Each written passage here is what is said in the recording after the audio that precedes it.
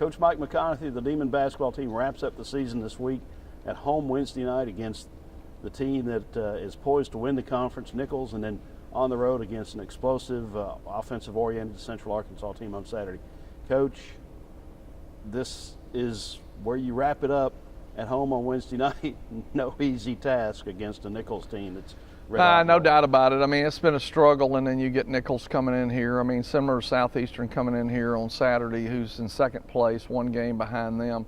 But, you know, just a situation that we really and truly have to understand that we got to go play and compete. I felt like in our previous game against Southeastern, we didn't do the things we had been doing, and that is more frustrating than anything because we have played extremely hard and really kind of felt like we turned the corner and then we take a step back.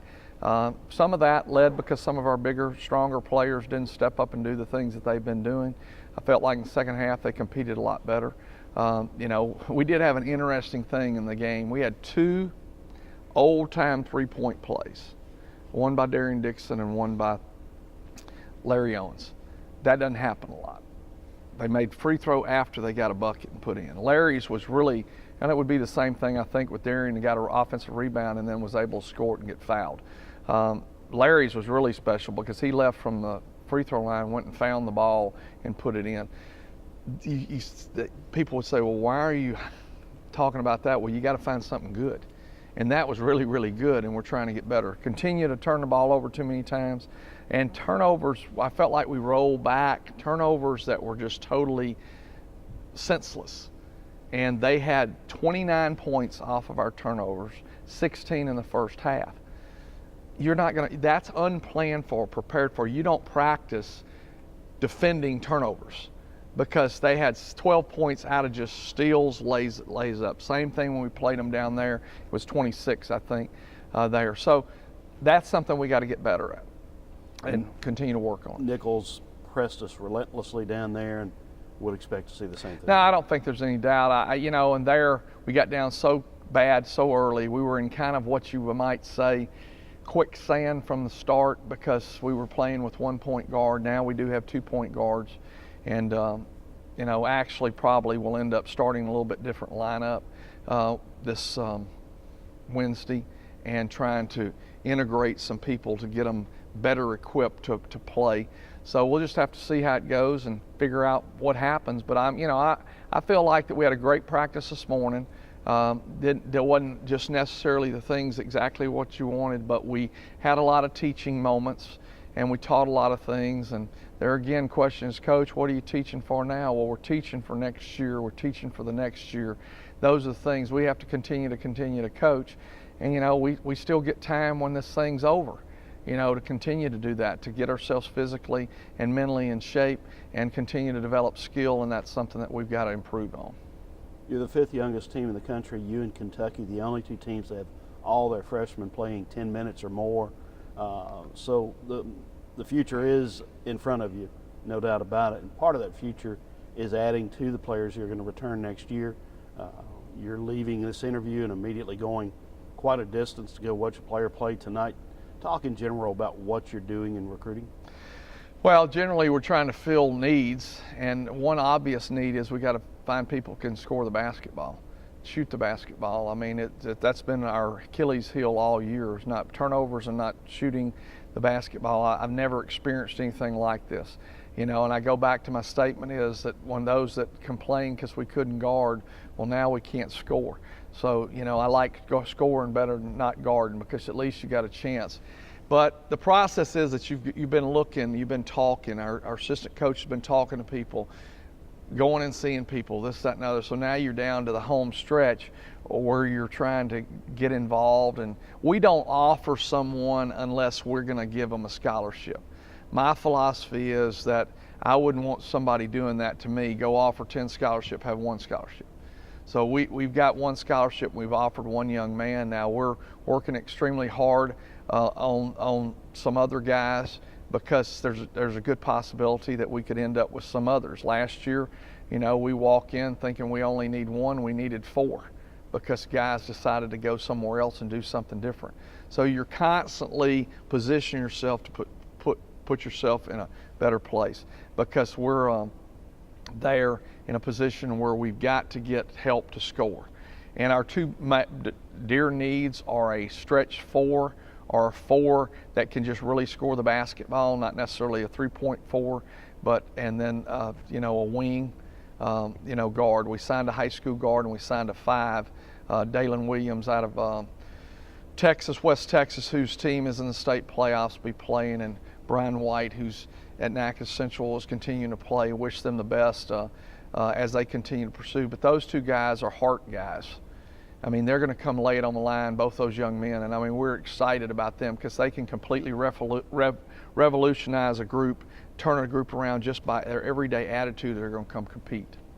Okay, taking the recruiting on another level and in a different direction, and not pertaining to Northwestern basketball, but looking at the national scene. You're a voter on the top 25. You've been that voter for 12 years.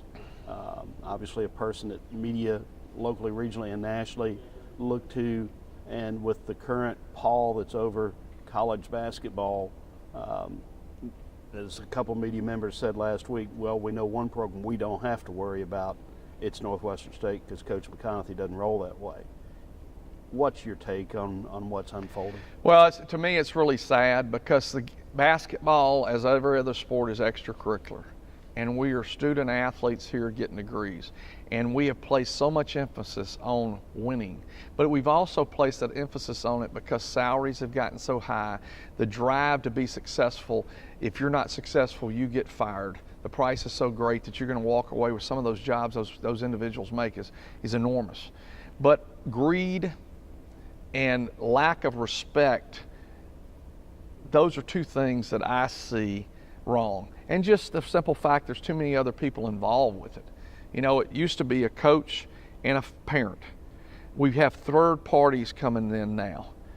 And it's a coach, meaning the institution recruiting them, and the parents. You know, if they ask a coach that they played for to come be involved with it. But I heard someone say that it's just despicable. There's other words that I've heard for it, but it's sickening is what it is. Because that's not the way I grew up seeing it played. Now, was that stuff going on when I played 40 years ago? Yes, it was going on, but not to the degree it is today. But it is interesting, in my opinion, that there's this firestorm about it now, because it's not in the NCAA's court, it's in the FBI court. And so that makes it a little bit different situation. So, you know, as Coach Lewitt told me, that texted me the other night, he said, I've got a sleepless night tonight worried about guarding Marlinville from Southeastern. Some other people are having sleepless nights on something that they did. Let's go back 40 years ago. Well, 40 years ago is general enough. I know that you made your college choice based in part on your grandmother's sweet tea. Yeah, definitely.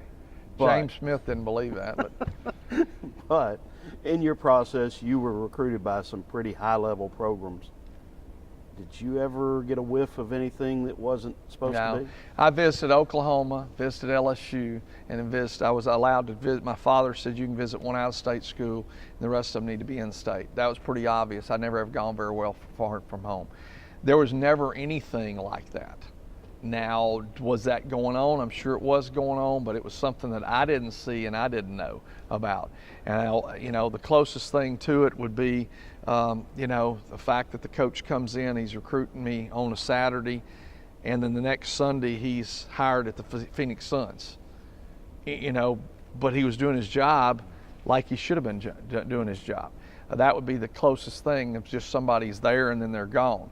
You know, but nothing to that degree. And I mean, you know, mainly, you know, and there was a different kind of recruiting scheme at that time, because the fact that you didn't have AAU basketball, you didn't have all that. You went to individual camps. Coaches would court you now when you were at the individual camp. They may stop the whole camp and say, Mike, come out here and let's take a look at how we would do this if you play at my institution. You know, that was the way that they made you feel really, really good. It wasn't by giving you hundreds of thousands of dollars, you know, the way it's running down now. Brass tacks, though, did you try the sweet tea at every place you visited? Well, some of them didn't put sugar in it. They had no chance. They didn't have a chance. You're Oh. right, exactly. And I don't even get to drink sweet tea now. That's what's so bad about it. That really is sad. Well, cheat once in a little while on a sweet tea.